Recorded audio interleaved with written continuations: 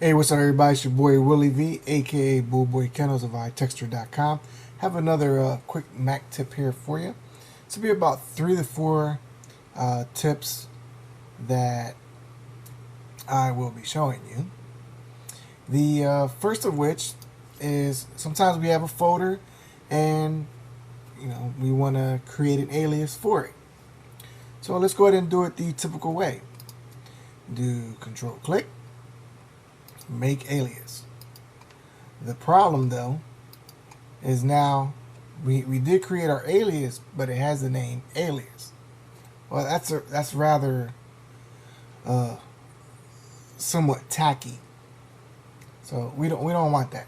That's not how we want to do it. So I'll go ahead and delete that. And what we want to do is we want to hold Option Command. So do Option Command click and then drag it to our desktop. Now as you see, there's no alias. And if we want to open that,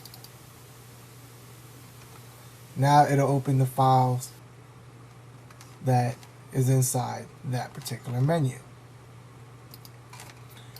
Alright, the next tip, and this is for people that either just have way too much stuff in their dock, or maybe just have too many folders or shortcuts on your desktop. Well, you can use Finder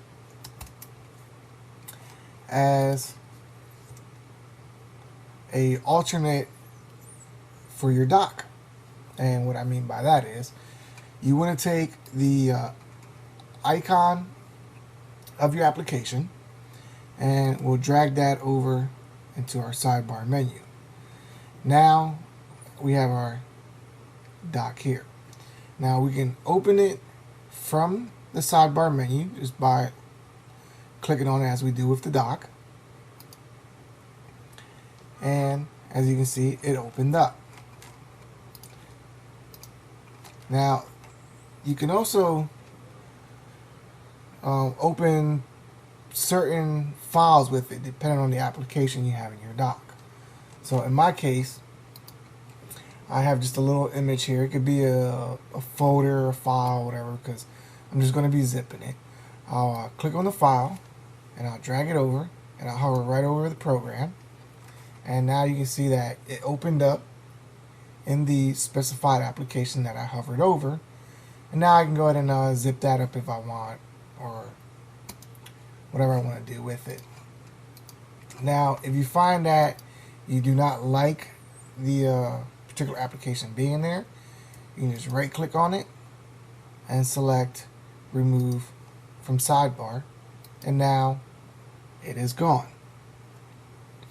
Alright, the third tip is sending an email. Now, I'm on one of my sites here, and let's just say I'm on just a site, any site, and I want to email this link to a friend of mine's. Well, probably one of the maybe easiest, some could say the fastest way to do so, is to do Command-Shift-I. What this will do is it'll open up your email application with the link already in there, and all you need to do is fill out who you're going to send it to, subject, and if you want to add any additional content to the message, you can do so. So we'll go ahead and do that. Command-Shift-I. It has now launched my mail application. And I can just type in whoever I'm sending this to, title. I can add some text to this if I want. So pretty much that's a very quick way of doing it. Now my final tip would be being able to use your menu but without using your mouse. I know it sounds kind of funny, but it's very simple to do. Now, we all know when the aluminum keyboards came out, some of the keys you have to use function. As where with the MacBooks, it was always like function F8, so on and so on. Whereas with the older iMacs, well, at least I know with the white model, because that was the first one that I had. If I wanted to use, say spaces or dashboard, I could just simply hit the F8 key or whatever key it is, and it would work just fine. Where with the aluminum keyboards, as I say, you got to use function. So depending on which model you have, and if you're on the MacBook Pros or the MacBooks, you would end up using the function key. If not, you can do it without the function key. But in my case, I have to use function. So I'll do function control F2. And as you can see, now my Apple menu is highlighted. But another thing we can do is I can click on the letter F to go to File. Now with my arrow keys, I can open up the drop down menu, and I can just type in the first letter.